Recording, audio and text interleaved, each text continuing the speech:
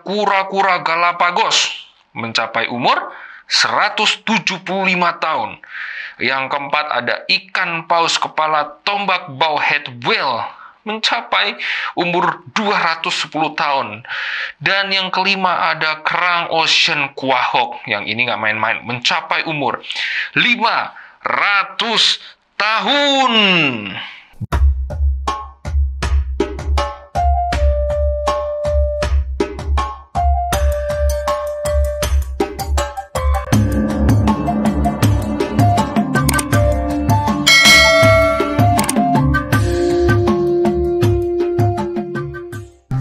Haleluya, Shalom Aleihim, Beshem Yeshua Hamasya. Salam akik, aku kabarkan Injil keselamatan. Bapak Ibu Saudara yang dikasihi Tuhan, kali ini saudara tidak salah melihat. Perkenalkan, saya Evangelis Effendi Usman versi KW3-nya. Jadi kenalin, sebut saja saya Mr. M.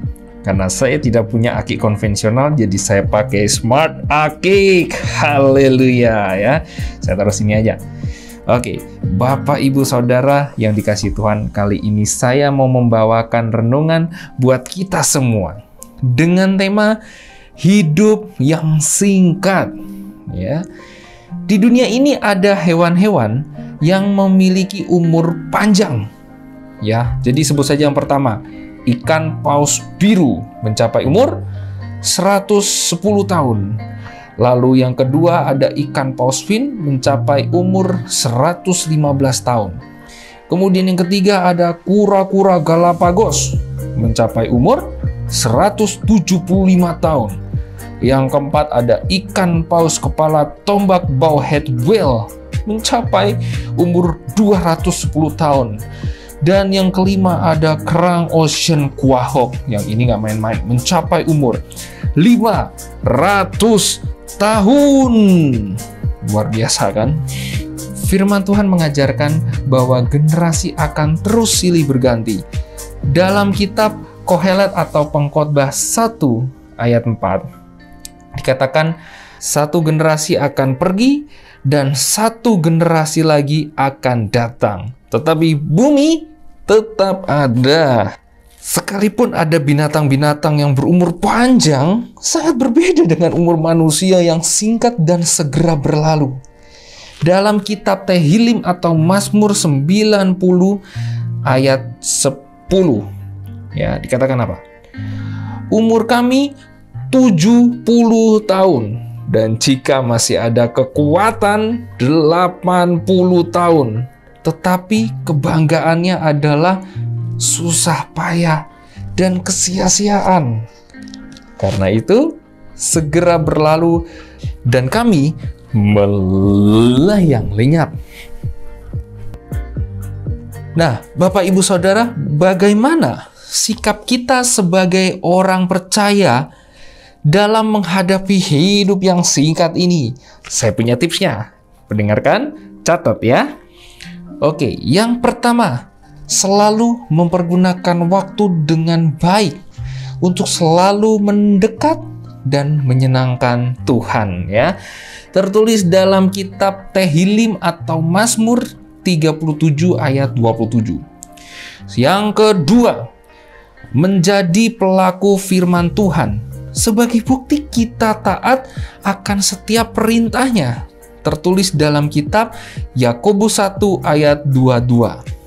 Nah, tips ketiga, berjaga-jaga dan selalu setia. Karena kita tidak tahu kapan batas waktu yang Tuhan berikan kepada kita. Setuju? Yang keempat, selalu minta kekuatan dan penyertaan Aba Yahweh Beshem Yeshua Hamasya Ruach HaKodes.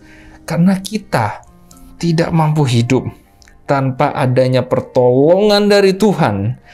Dalam kitab Tehillim atau Mazmur 39 ayat 5, dalam bahasa Ibrani dikatakan, Hodiene Yahweh kitsi umidat yememah hiedah mel meh kadel ani, yang artinya, ya Yahweh, beritahukanlah kepadaku akhir hidupku, dan kapan kapan batas umurku?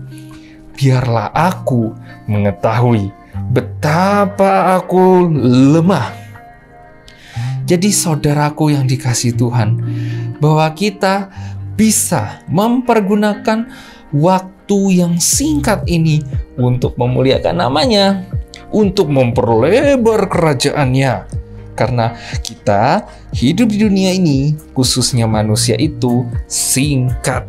Tidak seperti hewan yang sudah saya sempat bacakan di awal-awal, di mana umurnya bisa sampai ratusan tahun. Ya, manusia ada sih yang umurnya sampai 100 tahun, tapi sangat jarang kan? Jadi saya ajak saudara untuk mempergunakan waktu yang ada saat ini dengan memuliakan Tuhan. Saya yakin kita semua akan semakin diberkati oleh Tuhan dari hari lepas hari. Haleluya. Sekian renungan dari saya. Tak lupa saya mengucapkan terima kasih kepada pemilik channel Injil Kabar Baik Habaget, ya, yang sudah memberi kesempatan kepada saya untuk membawakan renungan. Jangan lupa subscribe, like, komen. Lagi-lagi ya, subscribe, like, komen. Sekali lagi biar hafal. Subscribe, like, dan komen. Haleluya. Aba Yahweh Besem Yesua Hamasya memberkati kita semua. Salam akik lagi. Aku kabarkan Injil keselamatan. Haleluya. Amen.